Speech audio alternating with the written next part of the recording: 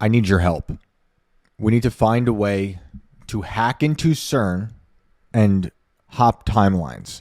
We need to get to a timeline where Trump actually becomes the whale psychiatrist, because I don't like how things are looking right now.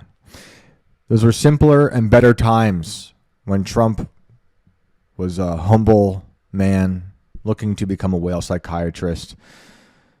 Because right now, the real invasion that is taking place is that the reptiles and the tech vampires are in complete control, and it's thanks to Trump. Despite what these people have done to him and the rest of us in the past and right now, we are still rewarding these psychopathic tech vampire reptiles. Just announced, right before I clicked record, President Trump announces appointments to President's Council of Advisors on Science and Technology.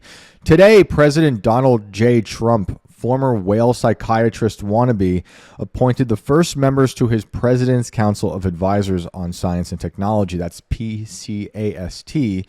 Established by Executive Order, PCAST brings together the nation's foremost luminaries. Luminaries. You guys hear that? Luminaries. The people who want to control the planet, destroy it, destroy you.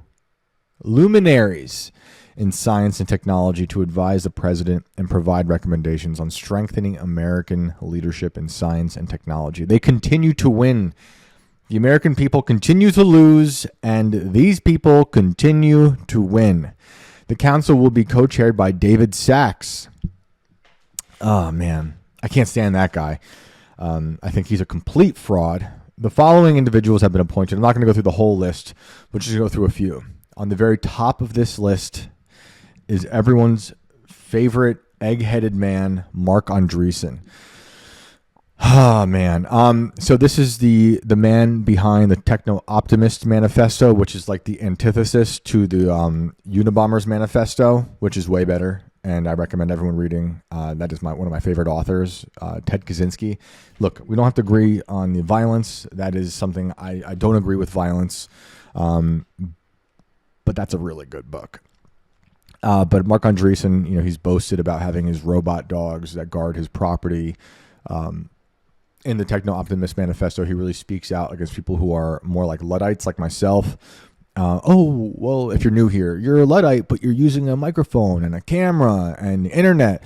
But look, Luddites, OG original Luddites, who were against these machines, these weaving machines in giant buildings, they were not anti-tech. They used that tech. They were anti being replaced by mass autonomy, which is what happened. And this continues to happen. This is what progress is, quote unquote progress. So they went against that, right? And there were more soldiers enlisted to fight the Luddites than they put into the Napoleonic Wars. You can go look up all that stuff, the stories behind it. There were death sentences for Luddites that hurt machines. This is OG Luddite Wars, and they eventually, I don't think they killed a lot of people. They put an end to that, but then they decided to exile you if you so much as touched a machine wrong. We're in the same thing. So when I keep saying, like the past few weeks, how all of this is cyclical, we are back within that pattern of the tech vampires. They're our own version of them now, spilling out of Silicon Valley and invading DC, as they've been doing for decades. And we're up against them and their vision of the future, which is completely antithetical to a pro-human future. And I'm okay with technology. I love it for many reasons. Of course, there's negative aspects to technology. That is part of it. But it's on us and how we use it. And we don't, like Jacques Ellul will say, I'm paraphrasing, but we've seen this phrase time and time again, is that the things that we build eventually, to liberate us, allegedly, will eventually enslave us. And you can see that across the board. And it's happening to younger and younger generations. I was not born into the smartphone age, thankfully. But, I still have my own issues with social media and I for sure use it too much, and it can't be good for my brain. But I can't imagine what it was like to be born into the MySpace or Facebook or TikTok, whatever world. So Mark Andreessen is all about it. He's also someone who said that he looks like a conehead, like a real world conehead, but not as funny. He's also said that venture capitalists, which he's one of these venture capitalist tech types like Peter Thiel, that he will be venture capitalists are the only jobs that should be safe from the AI takeover, which I don't think is true. I don't think any job will be safe. I think people will reject AI at a certain point. They'll be like, we've had enough of this. It's stupid. We're seeing, Meta close down the metaverse, or the Horizon Worlds metaverse. Another one is being shut down yesterday. I forget which one it was. Sona, perhaps. So maybe the bubble's bursting. That doesn't mean, though, that the government will be absorbing all of the AI it can to help build out its death machines, like AI Lavender, what Israel's using in Gaza, or the Golden Dome that we know Palantir and Anduril will be helping build for Trump, which is our version of the Iron Dome, which, of course, will not be used to only defend ourselves against perceived threats like Iran. And I do say Iran because you only change the accent of a foreign country when you really want to bomb it. So it's Iran when you want to bomb it. It's Iraq when you want to bomb it. It's Iraq if you don't want to bomb it. That's just the rules. I'm a linguistics expert as well, and that's what I've been teaching people for centuries. But the Golden Dome will be used to control you. This will be all wrapped into the wonderful box of Palantir social credit score system. You can imagine the drones that will have facial recognition built into them to control you, to observe you. We've seen this thing that's rather old technology. It's been out there for people to learn about, but it became kind of like was making headlines a few weeks ago about how they can even map the inside of your home using your Wi-Fi. Nothing's safe. Outside, you're worried about your phone, of course, tracking you at all times, but Lockheed Martin has global heat mapping satellites up there filming everything at all times. So when they tell me they didn't know October 7th was happening, or they don't know where the Malaysian Airlines plane is, it's a lie because we know they're watching everything at all times. So when they let mysteries go, it's because it's helping whatever narrative they're pushing. Like if I'm to understand these Lockheed Martin satellites correctly, they could just find General McCaslin. Or like Nancy Guthrie. We know that even simpler technologies like the Ring cameras, even if they're turned off, they were able to go in through the back end, turn them on, and find footage. Anyway, Mark Andreessen, I enjoy listening to him. I listen to many of his interviews. I do think he's a smart guy. I don't agree with his vision of the future, but he does seem open to lots of conversations. I know he's changed his mind. He's another one of these tech vampires who went from being a lefty to, now MAGA. This is all these people. From Thiel, to, you could say, Vance. Most of MAGA administration is former Democrats, including the president. But so there's Mark Andreessen at the top of this list. Not surprising. He was also involved with Doge. One more thing about Mark that I do want to say, and you might have heard me say this before, but I think it's really important, is that Mark Andreessen helped destroy farmers in Northern California. Mark Andreessen with Reid Hoffman being like this nemesis of Elon, all these guys, a lot of them spilling out of the PayPal mafia. So Elon and Reid don't like each other. Reid Hoffman being behind, I think it's LinkedIn, but Mark Andreessen and Reid Hoffman are partners with what they call, I think it's called Forever California. And this is their venture into trying to create a private city, which is something that a lot of these tech vampires fetishize. Peter Thiel has one as well. It's like a floating city. They're all trying to build these very tech savvy. I think they're dystopias. They think they're utopias, but I think maybe there's no distinction between the two. And they were trying to buy like tens of thousands of acres in Northern California over the past few years. The farmers refused to sell to the Conehead and Mr. LinkedIn. and whoever else is in a part of this Forever California situation. So they turned around, the tech vampires, and said, we're going to sue you then. They're going to sue the farmers. We're going to sue you because you refuse to sell us your land, because we actually think you're going behind our backs and telling everyone to keep raising their prices. As far as I can tell, all those farmers initially said, we're not doing this and we don't want to sell ever. So they're not raising prices. They're just saying, no, we like our farmland. We want to keep it. And as you know, if you've been listening to this show, I love farmers. I love farmland. I love earth.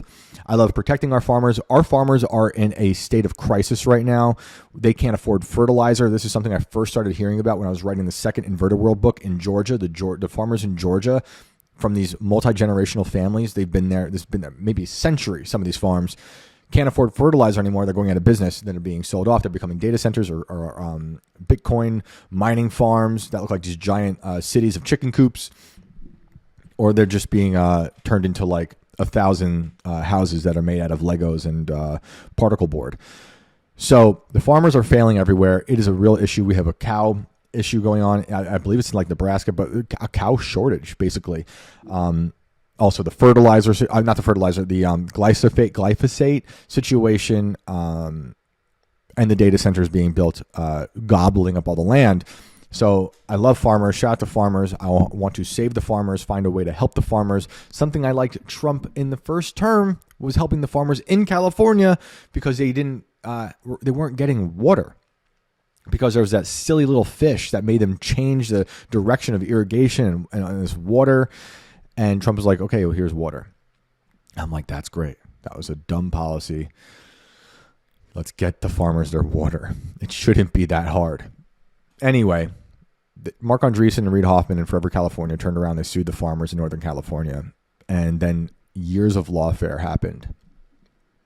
Eventually, as far as I can tell, last I looked this up, every one of those farmers had to sell their land to these sickos, because the lawfare made them poor. And the only thing they had left was to sell their land. This to me is evil. But hey, let's put them in charge of the future of this country with a tech board, which seems to be the board that will become very powerful, seeing as how the tech vampires have infiltrated every aspect of life and war.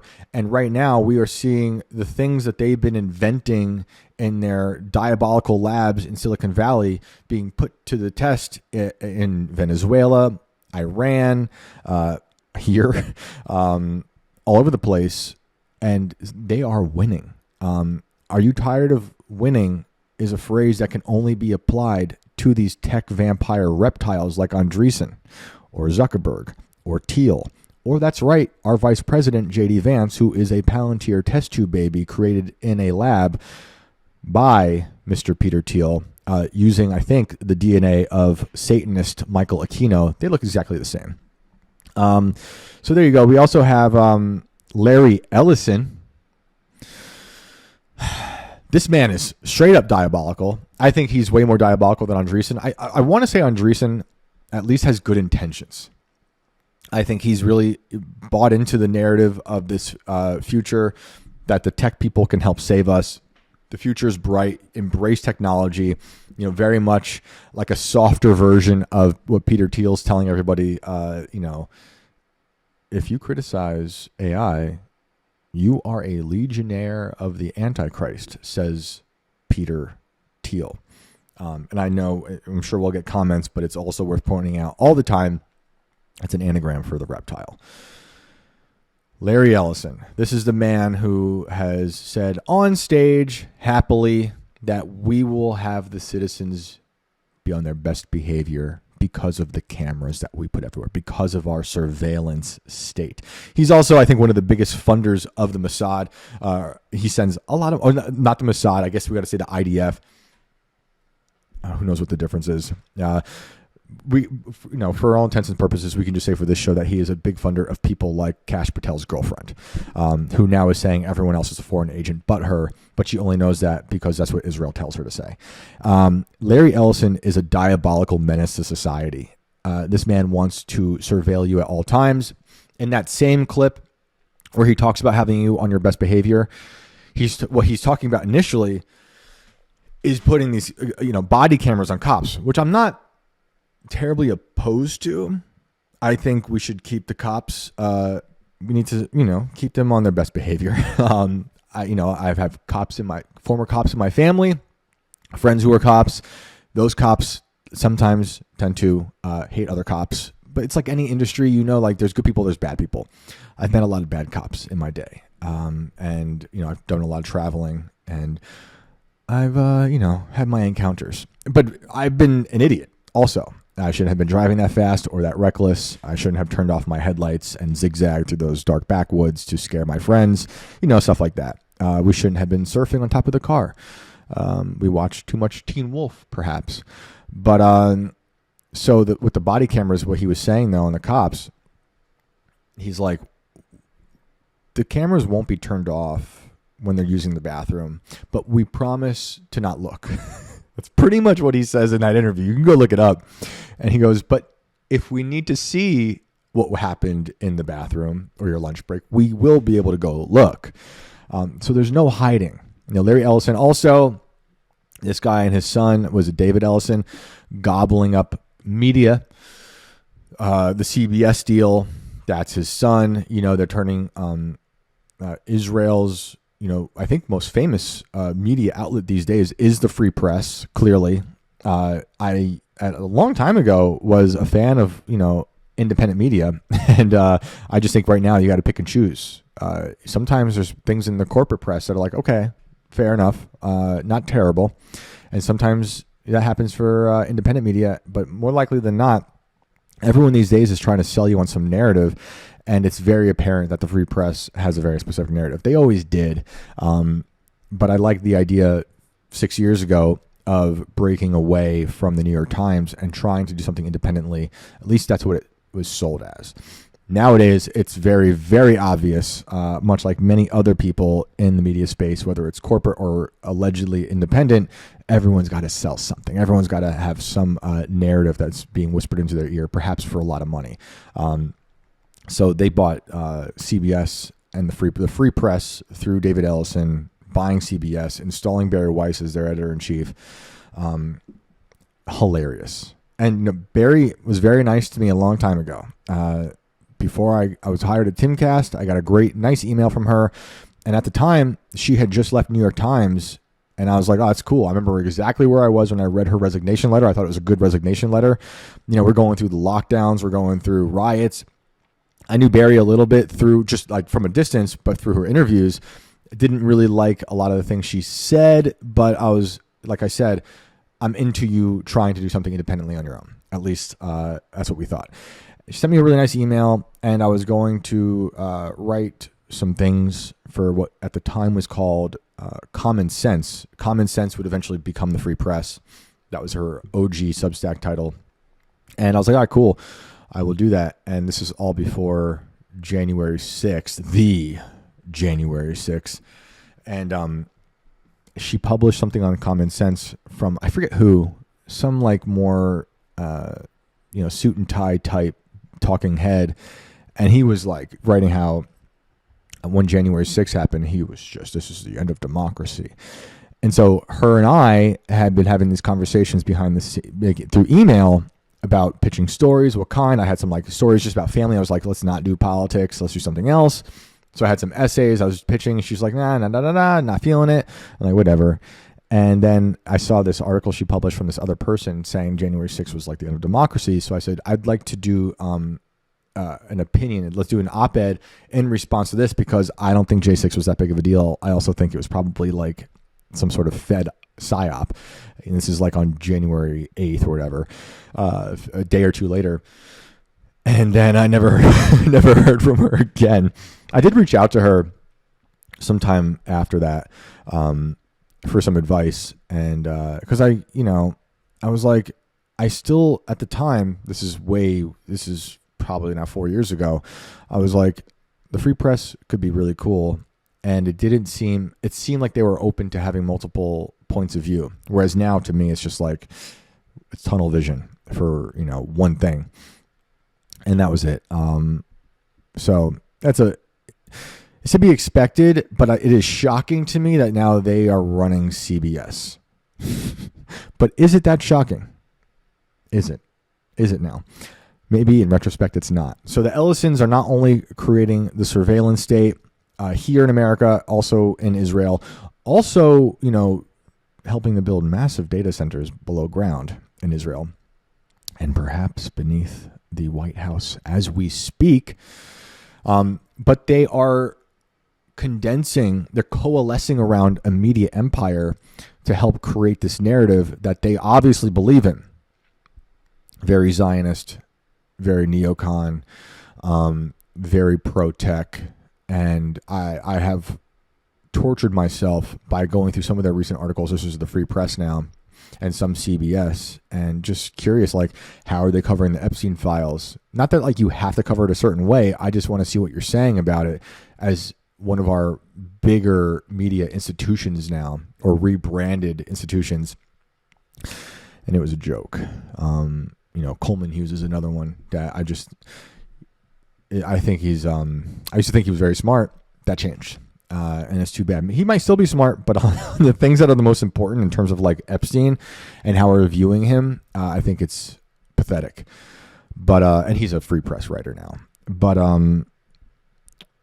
the last name I will say on this list that has now been absorbed into the White House, which should not be surprising to anybody, but is hilarious to me, is the chief reptile himself, the reptile who has crawled out of his doomsday bunker in Hawaii to join this advisory board. That's right, Mark Zuckerberg himself.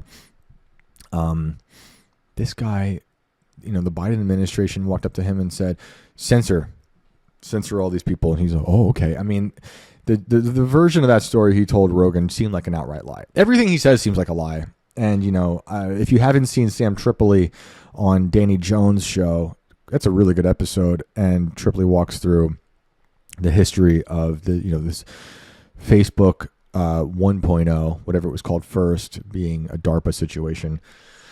And then that just turned right into Facebook, and like Zuckerberg being just an installed figurehead, and like the movie that they made about it, The Social Network, which is one of my favorite soundtracks. It's a great soundtrack from Trent Reznor and Atticus Ross. But Sam is making the case that that movie is just propaganda to get everyone to believe in this idea that Zuckerberg created all this stuff. But we know better than that. But under President Trump, former whale psychiatrist wannabe, PCAST will focus on topics related to the opportunities and challenges that emerging technologies present to the American workforce and ensuring all Americans thrive in the golden age of innovation. GAI. They didn't use that acronym, but GAI is basically just gay. I wonder why they didn't use it. We got to use golden age. This is not innovation, and it's not the golden age. It's not. It is very expensive to live right now. And if you have a family, or if your family has grown since Trump 1.0 or during the Biden administration, it is very hard to get by. A lot of us are paycheck to paycheck. And to see the billionaires, I was almost going to do a Bernie impression, but I'm not, because I don't care about Bernie. But to see these billionaires who were directly attacking a lot of us during COVID, during the riots, getting rewarded. And that's just one facet of how much they hate you. But now they're getting rewarded again and again and again. I'm surprised Bill Gates isn't on this list. He might be behind the scenes. We know he's working with Trump. They all had dinner together. But you'll say, so there you go. I wanted to read a little bit more about this. The Wall Street Journal broke this story this morning. I don't know if breaking the story is the right way to put it, but of course it's behind a paywall now. My light bright computer refreshed, so I can't read it. So let's try to get the free version. That's right. I'm getting the free version, which it won't let me read now. So, goodness gracious. I'm going to produce in real time here. This is me looking for the White House Tech Advisory Board. because the Wall Street Journal. You have to. I love this about I was thinking about this just earlier this morning. There's a lot of like very important stories out there, whether it's about aliens, UFO disclosure, the end of the world. You go to read the articles and it's behind a paywall. If you want to know how to save your life as the world is exploding, please give us $5.99 to read this article, and we'll let you in. Everything now. That's everything now. I'm watching a lot. It's very interesting watching the internet these days. Even this is kind of like off topic, but sort of not. Is like even a thing like Pitchfork, a website I wrote for in another lifetime, and it was one of the last places I wrote for that made me realize I can't write for these places anymore. But they've now made it so you have to pay to read you have to pay to see the scores they give reviews of the album reviews, which I think is hilarious. I'm not a fan of Pitchfork anymore, but I still go every now and then just to see what they're saying. I used to like seeing their reviews. Their scores were ridiculous. When I wrote for them, my goal was to write a positive review for Kanye's gospel album, Jesus is Born. Not Jesus is King, Jesus is Born. This is before I was Christian, but it was after Pitchfork had turned on him for wearing the MAGA hat. And so they went from everything. They loved Kanye. He was their favorite ever. He did a tweet. They had a whole think piece written about it. The red hat goes on. Now everything is a hate piece. And I've always liked gospel music, like it a lot more now because I feel it in a whole new way. But even as an agnostic, I loved gospel music. So I made this, like, I had this idea of I'm going to write a positive review for Kanye for this website that's been hating on him for like a year or two now. And they agreed to the pitch. I wrote the article. It was really fun to write. And I wrote it in Florida while I was down there seeing my grandma and at the time I think we had just one young child. So it was me, my wife, and the young child. And my grandma was getting to be pretty sick before she moved in with me and my wife in New York. And my grandfather had already passed away a year earlier. And we were now taking her car and driving it north to New York and just preparing for her to leave and move in with us. She couldn't drive anymore. And so I'm writing down there in this house and doing all this research on gospel music and Kanye and the samples they're using. And I love that album. Wrote this positive review. They put it out. The editor sucked. He changed a lot of it. So that's a whole story, though. That's when I found out that they don't let the writer of the reviews have any input on the number for the score. So it was just funny because I put out this positive review for this album, but it had a really like not a great score. I'm like, okay, that's weird. So only the editors get to vote on that. But anyway, on the drive home from Florida back to New York in my grandma's little blue car, we stopped at a hotel in Virginia. And it was this beautiful area in Virginia. It might have been Richmond. Beautiful area of Richmond, old buildings. Even like the Holiday Inn looked a little old. You know, they built it probably. They're like, you have to make it look old with the bricks. And it was just hilarious. This is one of those moments where I was like, oh man, okay, God might be real. You know, back in my agnostic days, we go to the hotel. I had already filed the story for the gospel album. I am just immersed in gospel music and history. And I know I'm going to get back to the tech vampires in a minute, but we're just taking a quick detour. Thank you for staying with me. Wake up in the morning, go to get our continental breakfast with our radioactive glowing eggs at every hotel's continental breakfast, which I like from time to time. And lo and behold, there's a giant line to get to those radioactive yellow eggs in the morning. And it happens to be that 2 giant tour bus loads of gospel singers are there at this hotel. And they all have these shirts on saying like gospel convention or something. I'm like, that is hilarious. And we just start talking about what they were doing, where they were singing. And like, I had all this information and no one to talk to about it. Like from Florida to Virginia, just told my wife about the history of gospel.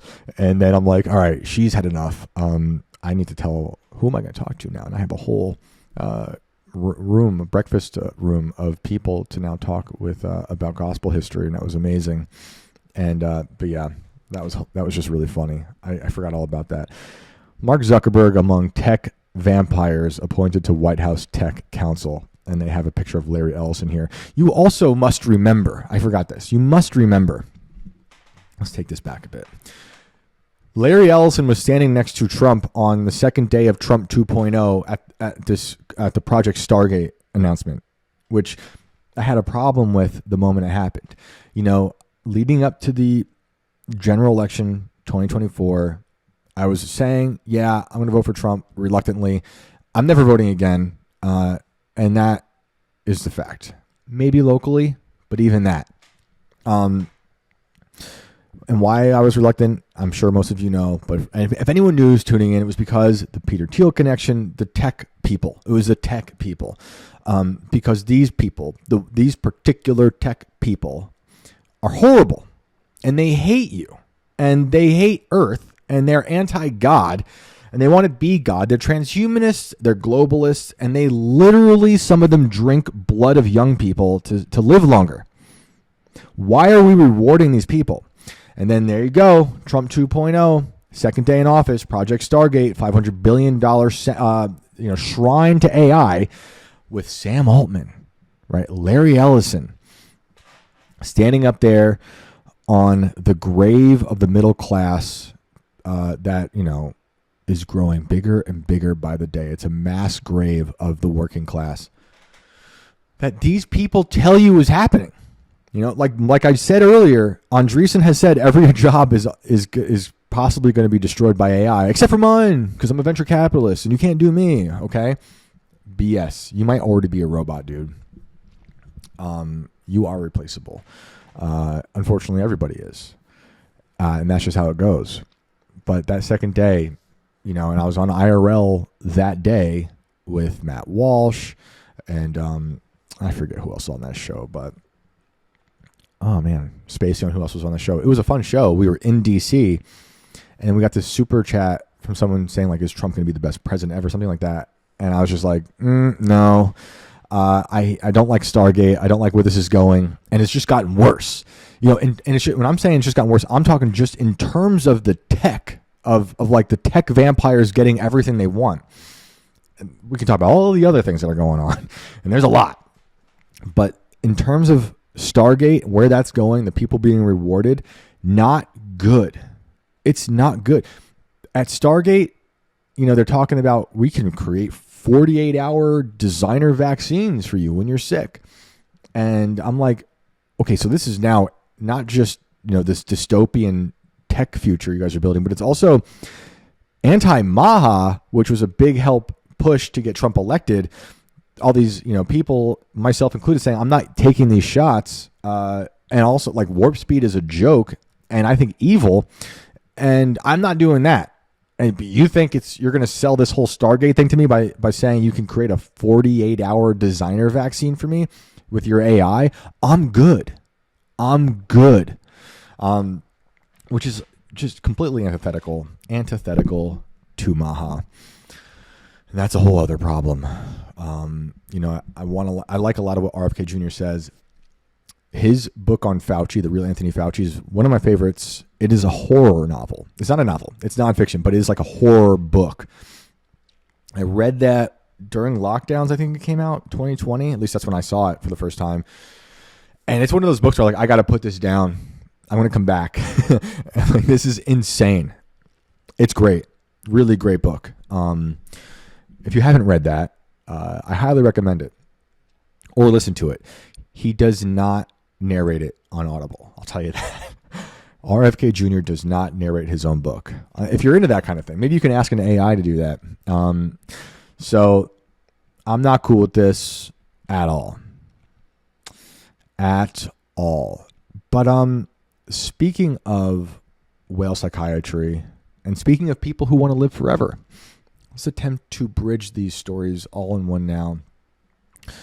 This came out. So this is a newer story.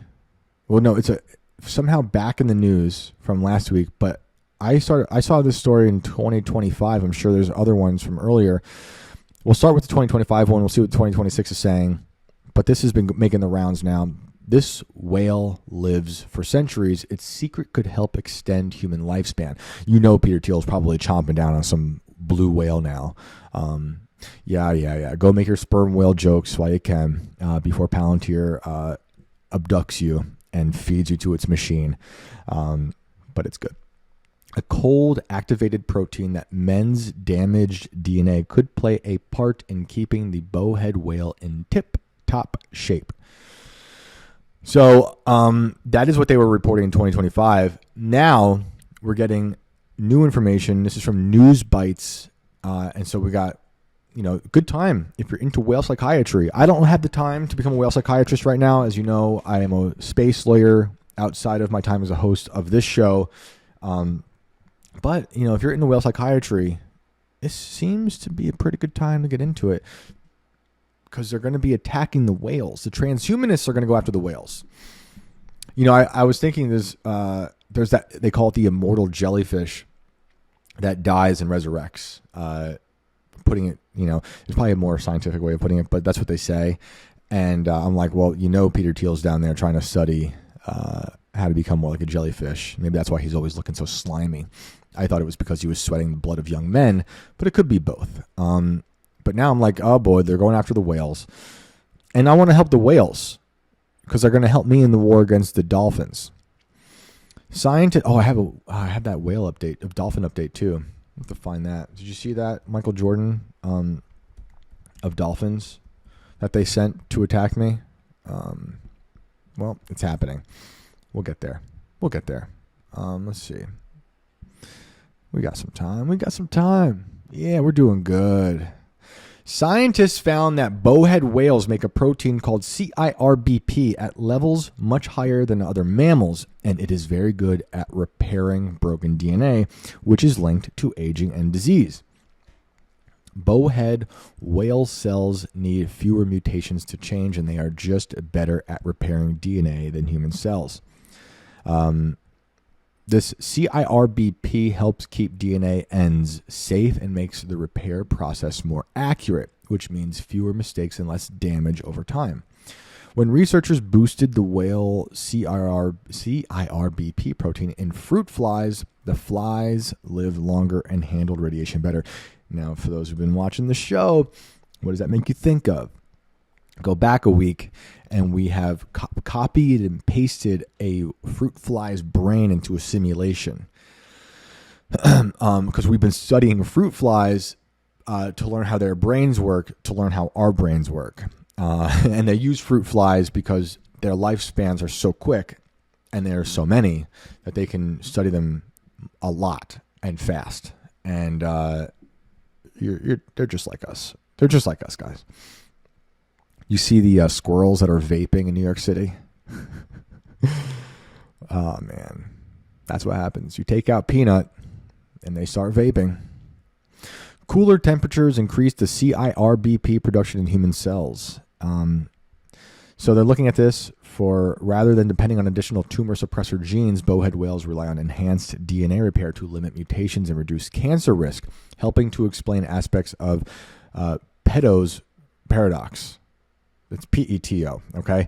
Why big animals do not get more cancer. That's what that paradox is. Now researchers are exploring if boosting CIRBP could help humans too.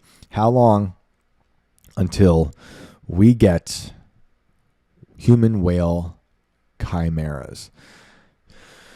Oh, I just refreshed that story, see if there's anything I missed, and it looks like Iran has fired missiles at the USS Abraham Lincoln. Wow. the stories we're getting from the war are so interesting because we're supposedly on this like 2-week delay. They're like it's like they've, with the news, it's so hard to know what's going on. This is the fog of war, but it's like imagine Iran and whatever's going on there connected to like a hose, like a water hose, and they have got someone there bending it just a lot, but just a little, not all the way. So just a little bit of water is coming out over by us. That's a little bit of information trickling out, and then we don't know really what's going on. We don't know how many people we've lost. We don't know what's going on there. What's real, what's not. It's post-reality, people. Oh, goodness gracious. Just looking at the gas prices. The gas is going up so much. Well, just get a Tesla. Why don't you just get a Tesla, dude? Anyway, the big dolphin is sending people after me. They're sending agents after me, dolphin agents. The Michael Jordan of dolphins soars 15 feet above Maui. Stunning researchers. This is just from this article's from yesterday, but I saw it over the weekend. This is what happens. You come out against big dolphin, they're going to send someone your way. Just like I came after Big Cloud, got home. There's a black cloud of raining on me and no one else right when I got home. Off the coast of Maui, a high-flying dolphin was captured on camera saying, "We hate Shane Cashman," spotted by a group of wildlife experts, and then they dubbed it the Michael Jordan of dolphins. You gotta look up this picture. It is flying up really high. And maybe it's fake. Maybe it's a robot. Maybe it's a bomb. The Pacific Whale Foundation, a nonprofit dedicated to protecting the ocean through science and advocacy, captured the momentous jump while doing field research. And while dolphins are known to leap from the water, this one was particularly huge. And it made, he's coming after me. This is a warning shot. And they stress, the Pacific Whale Foundation stresses this is not AI. But do you know if it's a robot? Do you know if it's a robot? They want you to know that this is a 15-foot jump in the air. And to put that into perspective, they say pan-tropical spotted dolphins grow to about 6 to 7 feet long and weigh about 250 pounds. So like, that's a weapon. That's why the Soviets and us, the CIA, was trying to train these as weapons. If a human could match this feat relative to their body size, it would be like jumping clear over a basketball hoop. Pan-tropical spotted dolphins are found in tropical and subtropical waters around the world, so nowhere Shane goes is safe. These energetic dolphins are highly social and are often seen traveling with other species like rough-toothed dolphins, short-finned pilot whales, and spinner dolphins. Again, it's a death cult. We know dolphins are one of the largest state sponsors of terrorism, and we are working to take them out. Arrest all robots, arrest all dolphins. Sorry, guys. And I'm working on enlisting the whales to help. Okay, so yesterday, NASA unveiled, this is ridiculous. This is just absolute ridiculous. Do we want to do this or this? Oh, yeah, we might as well just go right to here. From real space underwater to fake space that is not beyond the firmament. NASA has unveiled a phased plan to return Americans to the moon. Right. Build a permanent base and secure a long-term human presence beyond Earth. Okay, Newsweek obviously believes in space. Okay, who's surprised? In its earliest form, a U.S. moon base would begin with robotic landers, power units, communications gear, and uncrewed rovers testing how equipment performs on lunar surface. How can you even land on a hologram? That would be followed by semi-habitable modules, surface vehicles, and regular cargo deliveries to support short astronaut stays. Over time, heavier landers would deliver permanent habitats, utility vehicles, power systems, and logistics infrastructure, transforming the site into a continuously occupied base capable of supporting long-duration human missions and future travel to Mars. Now, this doesn't explicitly violate the 1968 Space Treaty or the 1972 treaty about, that mostly deals with debris and who's responsible. But the space treaty, the earlier one, deals with who can like take over what in space. It's supposed to be all communal. You know, we're all getting along in space. We're all friends here. Where it's going to get tricky, just if I may put on my space lawyer hat for a minute, is, you know, it's going to be a permanent thing, and then it gets weird. Who's allowed there? You know, are we going to have an embassy there? What is China doing up there? You know, because we know China has allegedly, if you believe in the moon, been on the moon for a few years. Let me see if I have that article pulled up. So I wanted to get into the moon, into China. China being on the far side of the moon. They've had a few missions up there, all robots, obviously, nothing real. I don't know if I've asked you guys, like, do you guys believe in the moon, right? We've talked about the age of Earth, but what is your take on the moon? Do we have the same moon that was there when God made it? God's moon, vintage moon, OG moon? Because I think that was a thing. Is that the same thing we have today? Do you believe the moon that is in the sky right now is the OG vintage moon that God put there? Or if you don't believe in God, do you believe the old story they were telling us of an impact with ancient Earth, and the debris of that formed this rock called the moon that orbits Earth? Or is it a hollowed out rock that the Nazis are inside? Is it a data center? Is it a giant alien skull? Is it an alien mothership observing us? Is it a hologram? Is it plasma? What is the moon? Please let us know below what you think of the moon. They say China's there, but China lies. China freaking lies. Yeah, they had the Chang'e 6 mission landed on the far side of the moon. I think that was 2 years ago, and they've been sending samples back. So, we'll see. I'm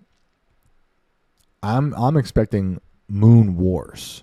I think we're going to have moon wars, fake moon, fake wars. And perhaps they're building something up there. That's what's going to happen, is that there was nothing. They're building something, a stage, like a sound stage, and then we're going to have manufactured wars, and Space Force will finally be put to the test. You saw they raised the age of enlistment to 42. All right, I'll be 41 next week. I'm not going to fight Iran. Tell you that much. Or the moon war. I'm not fighting in the moon war. I'm not fighting in the Iran war. Oh, it's not a war, Shane. There's no boots on the ground. Well, now they're saying 3,000 people, soldiers, being deployed to Iran. What are they saying now? Well, that is anti-Semitic if you question that, Shane. You must not question our plans for global domination. Mysterious humming sound driving South Jersey residents crazy. Did you guys see this story? From the New York Post, a massive AI data center. Who is surprised? It's fueled by Microsoft, is under construction in a rural New Jersey town, and it's reportedly driving residents there out of their minds. The problem, locals in Vineland claim, is the construction site emits an eerie humming sound that's vibrating across their farmland and keeping them lying awake at all hours of the night. We've had a lot of callers over the last year who have experienced a hum. And there are a lot of theories about the hum. Some people are saying it's pole shift related. Other people are saying it's technology or like 5G related. When I was in Georgia writing the book, I met up with the mayor of this town of Washington, Georgia, and the town had a real problem. The economy was suffering because for various reasons, but one of them being that they had this crazy contract with their state power grid. And they early on, years ago, purchased like a certain amount of power, But then like industry died and people moved. And so they were paying for power they weren't using, which was hurting this town. It used to be a kind of bustling town, then it died. It's kind of back now. And so the mayor had a really nice time with him, talking about the house that he renovated, like this old house, built by slaves, like legit, and beautifully done. Amazing columns. We drove around and he was like, but now we are having like a renaissance, he said, because of Bitcoin mining. I'd never seen a Bitcoin like mining situation. But some people with Bitcoin, someone, who wants to mine Bitcoin, did the research and found out that there is a lot of unused power that is available in this town. So they built a farm, a mining farm, and the mayor drove me up to it. It's in the book. I remember being very shocked at this, not just what it looked like, because it was just like a 1,000 whirring computers in a giant chicken coop. That's what it looked like. The sound, man, like the sound was just crazy. If I lived next to it, it would have driven me insane. Because it's just computers, just mining, just working constantly. And he was stoked on it. He's like, I don't know how this works or anything about it, but it's making us money. I'm like, all right, cool. What is it doing though, for you health-wise and maybe mentally? But I think about that a lot when I hear stories like this about the sound.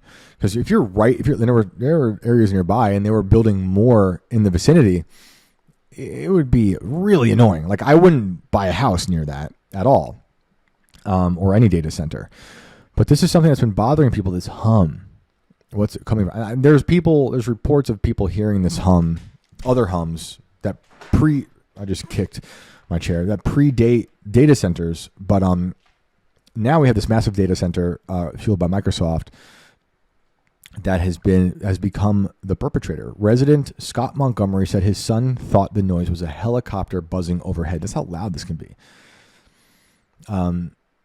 He kept asking, what are those helicopter noises in the background? And it's just gotten worse over time. The project is being built by Data One, which owns the facility. Nebius Group, a Netherlands-based company that recently announced a $17 billion, that is what it says, $17 billion deal with Microsoft to supply computer power from its Vineland Center, will operate the artificial intelligence infrastructure inside. If anyone out there is near this part of New Jersey, love to hear from you. See what you are thinking. If you heard it, anyone you know, if anyone you know lives near there, let me know. The developer is poo-pooing. This is what it says in the article. The neighborhood grumbling, saying the place isn't even finished yet, and what they're hearing is merely construction noise. But the Cumberland County Department of Health is taking the complaints seriously. In a public statement, the health department said they were investigating the issue and working to confirm the source of the mysterious sounds. We understand that ongoing noise can be frustrating for residents, and we take these concerns seriously. We have responded to many concerns that have made several visits to the area in question to measure sound levels, the agency said. While complaints have shared where they believe the noise is coming from, our staff are working to confirm the exact source of the noise. New Jersey is home to roughly 80 data centers already, and that number is projected to triple by 2030, according to McKinsey & Company study. While supporters say the projects bring local jobs and boosts the town's revenue, critics gripe about the potential environmental impact. The centers consume an enormous amount of energy and can use more than 5 million gallons of water per day for cooling. Go back and see what happens to the Rainmaker CEO's face when I mention that. And he's like, oh, they don't use that much water. I don't think they use that much water. You have said in public that your fake rain will be used to give water to data centers. You understand. These are your tech vampire friends. Anyway, for these residents, it's all about the annoying hum. It's not even fully built yet, Montgomery said. That's the scary part. If it sounds like this now, what's it going to be like when everything's up and running? And I agree. West Virginia's got a data center problem. This Morrissey character, our governor, Republican, touts himself as a MAGA guy. He's completely sold out the middle class to data centers, and I know I met him, and he seems like a nice enough guy. But he's like, we need money coming into the state. We do. The state isn't doing the greatest economically. I love West Virginia, but it's got its issues like any other state. We have fentanyl crisis. There's a lot of towns that are hurting, a lot of these old industry towns that have like died and come back along highways. And like I've had these conversations with some cops being like, these towns that are along these highways, the fentanyl just comes right off there. Like that's how this is. A lot of it's being spread through the country. They're like, okay, these towns along the highways, dump it there. We can sell it. And you'll see people, man. We were at the ER once, and for just like, something normal, but had to go get looked at, and everyone there looked like a zombie. It looked really bad. It looked really, really bad. And the doctor was like, most people here, we were talking about this looked like a crime scene in the waiting room. He said most people here are overdoses, and a lot of that area deals with that. People who just die on their feet, standing up like a zombie from fentanyl. It's awful. So the state needs help. Clearly, I don't think data centers is the way to go, because I think that will end up destroying you long term in every possible way. The farmland, definitely erased. Then these sounds and how it might affect the health of people in the surrounding area, which I think is definitely happening and will happen. It's another thing. And then the AI that will be fueled through these data centers will take away different jobs and whatnot. I do think people will be rejecting it at some point. I do have hope that the people aren't going to want to be AI driven, but the problem is the government will be. And that will be the future. And there's going to be like neo-Luddites fighting the tech dystopian vampires who have been put in charge of the technate. That's the future. But something Morrissey has done, our governor, is do all of these new incentives for data centers. Excuse my chair creaking, my old chair. I showed you guys this chair the other day, and they creak. These chairs are like old ships at dock. But he's doing this thing where a lot of data centers, I don't like them, but something they did that was good, I could say was good, was that it would funnel money back into the community through their taxes. I don't like taxes, but like, okay, places like West Virginia are hurting. You bring this thing in, you say the taxes could help your community. They do need help. We got to find some way of helping them. But not anymore, not here in West Virginia. The taxes will go back to the state and not the communities that are being destroyed by the data centers. And the whole thing of this bringing jobs in locally is a complete lie. That's a complete lie. Morrissey's done it. All these people are lying. Most of the data centers are being built by people from out of the neighborhood, because you got to be specialized in building stuff. Maybe there's local people doing the initial stuff. Maybe. But overall, people are being flown in temporarily to build these things. So maybe there's a temporary boost in economy for hotels and restaurants. And then they're flown out. And then they're like, well, the data centers will have jobs. We can give you guys jobs with the data center. That's another lie. That is another lie, clearly, because it's going to be like 5 H-1Bs running these data centers, or a robot, or it's all done remotely. There's no way this helps local communities other than being aesthetic nuisance, an environmental nuisance, and a vampire on the economy in multiple ways, as it takes jobs and sends money elsewhere. Not cool. And that's West Virginia. I don't know of any other state that's doing those incentives, but I imagine there will be others doing it soon, because it's going to be a giant data center boom. Not good. Oh yeah, quickly, I wanted to just mention this crazy thing I saw in passing while doing some data center research, is that there is a guy building a replica of the Twin Towers in Chicago to house AI data centers. And you can look it up. That's just one aside. Pretty crazy. Let's see what else I had here for you all. Thank you guys for tuning in. Of course, this is Inverted World, and I appreciate you tuning in. Phone calls, I can take phone calls if you guys are available to call in on Monday through Thursday. Thursdays, maybe not, because I might have guests. Tomorrow I have a guest. So definitely Monday through Wednesdays, 11 in the morning, Eastern time. Take phone calls. I know we're still getting adjusted to this new schedule, but I would love to hear from you when you can. Oh, goodness. Of course, this isn't pulling up. They don't want you to read anything. This is a great example of, we have a crazy story, but you can't read it. I saw Anna Paulina Luna post this one. I wanted to give an update on, here we go, the missing scientist. This is from March 23rd. High-profile scientists keep winding up dead or missing. GOP rep suggests there may be a conspiracy at play. Several prominent scientists and researchers in the U.S. have reportedly died or gone missing over the past year, fueling speculation about whether some of the disappearances may have occurred under suspicious circumstances. William Neil McCaslin, a 68-year-old retired Air Force Major General who had knowledge of UFOs, went missing in New Mexico on February 27th. There has been a lot of back and forth on his knowledge of the UFOs. We have the emails from Tom DeLonge from Blink-182 emailing John Podesta. This is real. We got these emails through WikiLeaks telling Tom DeLonge, telling John Podesta that McCaslin was in charge of the laboratory at Wright-Patterson Air Force Base that oversaw years prior the debris from Roswell, and that he wasn't a skeptic and he totally was a believer of UFOs. Other people have come out saying he had nothing to do with UFOs. Are you surprised? No. But he went missing February 27th. It's a long time, dude. Like, what is going on? What is going on?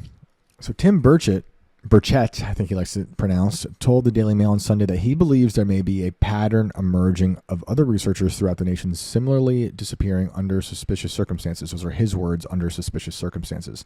There have been several others throughout the country that have disappeared under suspicious circumstances. He told the outlet, I think we ought to be paying attention to it.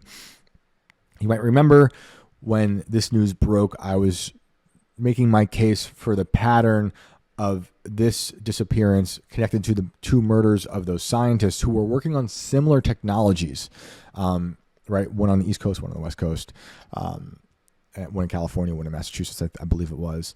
And there was a tweet that I was referencing, and this tweet was written before McCaslin's disappearance about observing looking for patterns when it comes to these strange quote-unquote murders, because it could be something much weirder. And the case I was making was that if we look at McCaslin disappearance as part of the pattern here with these scientists, is that as we approach this so-called UFO disclosure, which I think is a psyop, might not surprise everyone listening, that they might have to, they as in the government, parts of the government, need to silence the voices of people who have worked on the technologies that might show up in this so-called UFO disclosure. So you can go on YouTube and search McCaslin and see some speeches, lectures he's given, talking about some pretty wild technologies. A lot of it that has been used at war. And I think it is possible to consider this idea that if they are to show us, UFO technology that I believe is most likely man-made, Raytheon, Lockheed Martin, Palantir, Anduril, you name it, that they've been, building for decades and taking for joyrides in the sky and observing the humans below, how they react, and also then using it at war secretly, and then maybe turning it into something like a discombobulator that they're taking people out to make it so they can't speak out and say that's not what they say it is. That's something else. The other theory that I have not said yet, this is not my theory. I saw this on Twitter. I'm sorry, I forget who said it, but it's worth considering, is that McCaslin might have disappeared himself, fearing this pattern. Seeing like, oh, I knew that scientist worked on this. I knew this scientist worked on that. We've talked about the compartmentalization of these technologies as they're being built. But someone close to the top, maybe he was pretty high up for quite some time at very important places. He might have been able to see like, oh, if I connect these dots, they're getting rid of people. There's a lady who went missing who worked for him last year. And he's like, according to this theory that I saw, he's like, well, I'm going to peace out. I'm going to go save myself and not get murdered, and I'm going to disappear. Eventually, they said initially that he was an older man who might have like dementia. That was like a rumor because of the silver alert that went out initially. I have a hard time thinking he was not mentally sharp. And his wife didn't make it seem like that was the case either. And she also put out this very like cheeky message about maybe the aliens did get him. It was a little strange. But if you think about that letter and think about the theory I just proposed that I saw online, I'm sorry I can't remember who posted that theory. It makes a little more sense. Seems like a smart guy. Seems like, he might have even been privy to other disappearances that we haven't connected yet or seen yet. And he's like, they're coming after people that were working on this type of situation. So, I think he took his gun with him, right? And left his phone, I believe is what happened. It's interesting. Back to the story. The congressman also indicated that the numbers seem very high in these certain areas of research, adding, I think we'd better be paying attention, and I don't think we should trust our government. That's fair. He went on to claim that researchers with knowledge about UFOs are usually very secretive about what they know. Unless you're Tom DeLonge messaging John Podesta. This is our world. Everybody's talking about the UFO stuff. He said to the Daily Mail, those folks are very secretive. Yes, we know. Did AI write this? It just repeats itself. That's how sometimes either this is written by AI or the editor did not care when they reviewed this before publishing. These things just repeat itself. Sometimes entire sentences will show up 3 different times. So I suspect very much, Burchett says, that McCaslin was involved in some of that, referring to the UFO world.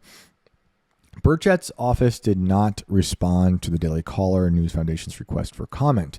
McCaslin's wife, Susan, asserted that no foul play was suspected in her husband's disappearance, but added that he had left their house with just a pair of boots and his .38 caliber revolver on the day he disappeared. That is interesting. Still, investigative journalist Ross Coulthart, I don't really trust this guy, suggested during a Sunday appearance on News Nation Prime that foul play may be a possibility in relation to McCaslin's disappearance. What does he know? I mean, he told us he found a portal, but then he said, don't go looking for it because you'll die.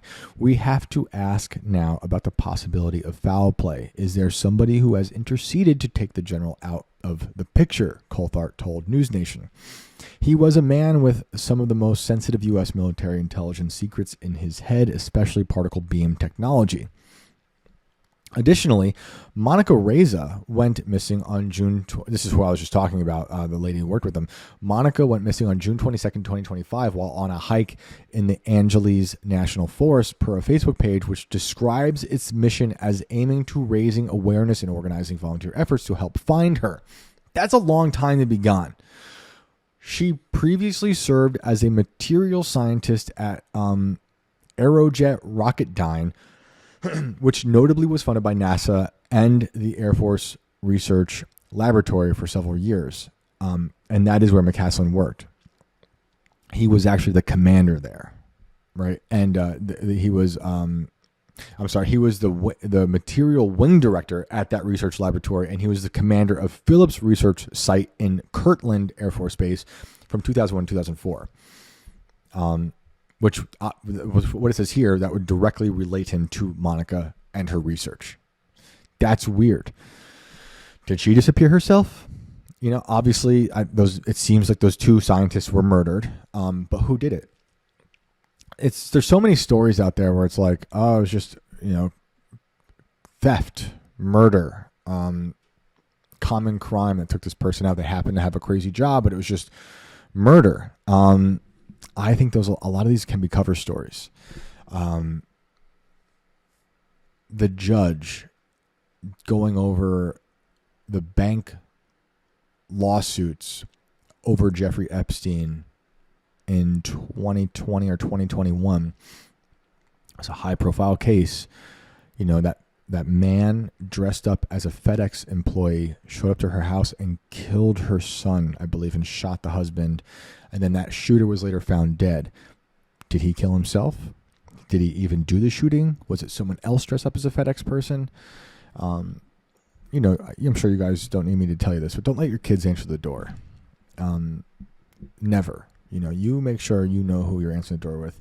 And I hope you fully take advantage of the Second Amendment at all times in the state you're in. You know, I think it should be, every state should just make everyone needs a gun. You have to have a gun. But it's stories like that are really crazy, you know, and there's many. There's a shooter in Maine, that mass shooter. They said he went and did the shooting, horrible mass shooting, and found dead in behind like a dumpster of his old place of work. And like, did he kill himself? The thing that was weird with him is that we would later find out it's one of those stories. He was on our radar, the FBI said.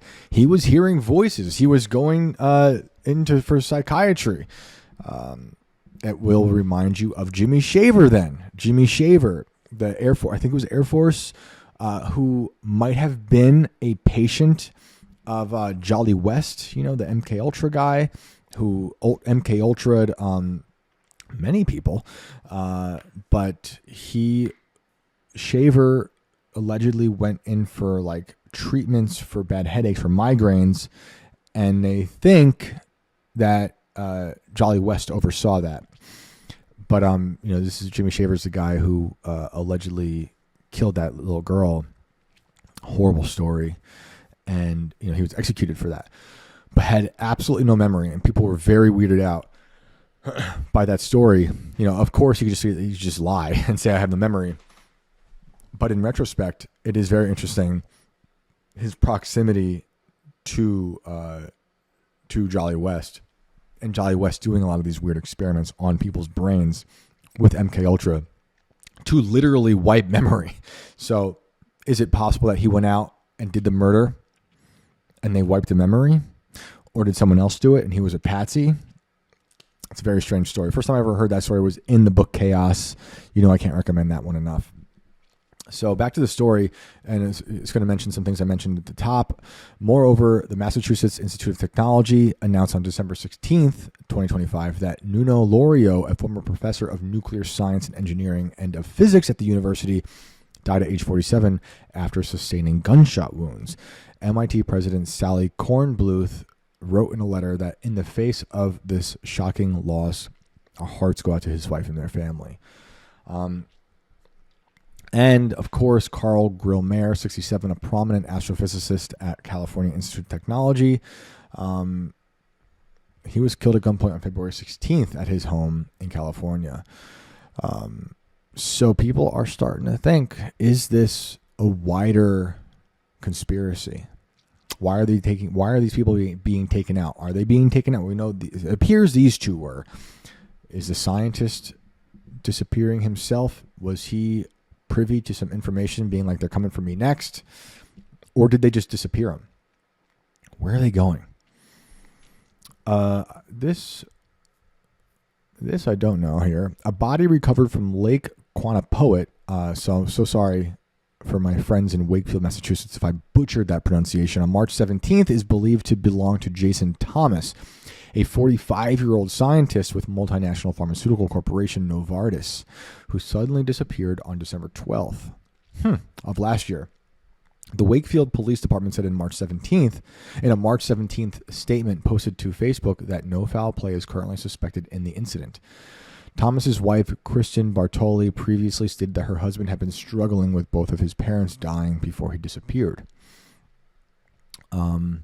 So people are starting to wonder what is going on. Is there something bigger at play. I think that is possible. I think it is very possible. Now, I don't know. I don't have the answers, but it is possible. I like the theory that maybe McCaslin vanished on purpose. Preemptive self-kidnapping. I just don't know. We will end it here. I wanted to make sure, we talk a lot about these articles that are like, hey, Ohio is the major hub for alien abductions. The past few months, I've said from time to time, they're showing us all these articles saying your state is has the highest rate for alien abductions, and it just keeps changing. Here's a new one. New York jumps to number 3 for U.S. alien abductions. Experts reveal why. The odds of a hostile close encounter have reportedly never been higher in the Big Apple. New York was named the third most likely place to get abducted in the U.S. according to gambling guide Casino.ca's annual ranking. And a lot of these stories had been connected to gambling sites. So we're gonna start gambling on who's abducted next, who's getting abducted, and in what state, which it conducted to Honor National Alien Abduction Day, which was on March 20th. Yes, that's right. Please forgive me. My sincere apologies for regretting, for not saying Happy National Alien Abduction Day. I did not know. But Alien Abduction Day is celebrated on March 20th every year. And although we are not sure how the date was chosen or when it started being celebrated, we know that the Alien Abduction Day Festival in Toronto was popularized in 2008. A substantial number of people claim to have seen and experienced aliens. Okay. Well, there you go. It is that. But back to New York. I hope you guys celebrated. It would have been funny if there were like illegal immigrants celebrating that day in ice shirts. They had a sense of humor, if only. The Empire State, my hometown, my home state, which moved up a stellar 2 spots from last year, boasted a staggering 8,314 UFO sightings reported since 1974. And that's 1 for every 1,003 residents. You could get abducted in a New York minute. Of course, this is written by the New York Post with their tongue-in-cheek style. California, despite having more than its share of weird close encounters, landed at a slightly more respectable number 22 on the list, with 1 UFO sighting per every 1,708 residents. For reference, the likelihood of getting attacked by a shark clocks in about 1 in 11 million. What about dolphins? The gaming site said some recent sightings in New York included a white tic-tac shaped object in the sky, and another one that one witness reported as a silver orb flying overhead. This comes as a trio of mysterious luminous dots was spotted hovering over Corona, Queens. Coincidentally, we covered that last week, the site of the climactic final encounter in the 1997 sci-fi hit Men in Black. Don't you know? Interesting. Which that, of course, sparked a fresh wave of conspiracy theories, says the New York Post. Among the most famous sightings in the state history were the Arthur Kill lights of 2001, where between 5 and 16 bright orange ovals were spotted flying in a V formation over the waterway between New Jersey and Staten Island. That might remind you of the Phoenix UFO, the big Phoenix lights that were a big V formation, I believe. They were big, and they were only about 1,000 feet up. Dennis Anderson, a former member of the Center for UFO Studies who investigated the phenomenon, told the Post. And they weren't all sightings, apparently. Oh, really? You don't say. Anderson recalled the highly publicized Brooklyn Bridge abduction in which aliens supposedly whisked Linda Napolitano out of her lower Manhattan high-rise apartment in 1989. She's going up in this beam of light, and there are these 3 little guys in kind of like fetal positions or something going up around her and going up into this thing. Anderson recalled of the incident, which was chronicled in a 2024 Netflix docuseries. Nonetheless, the UAP spotter feels it's necessary to take such sightings with a grain of salt. Probably 99% of what they say they are seeing in New York as a UFO is just somebody who doesn't know what they're looking at.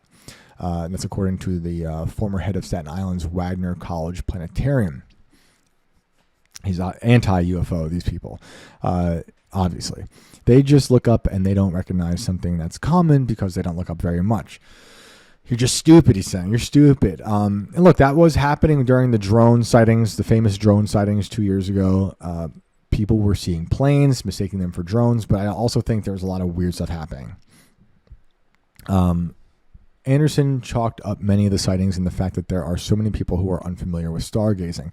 Also, it's just hard to see. If you're in the city, I mean, it's hard to see much. You're seeing planes, maybe. There's a lot of light pollution. They're not used to seeing it, so they think they're seeing UFOs. I think a lot of people can tell the difference if they're seeing something really, really weird, or if it's moving in a way they're not used to seeing. And I think more people look up than these people want to admit. But if you're in New York, look, this is the top 10 states for potential abductions. Delaware, 1 sighting per 928 people.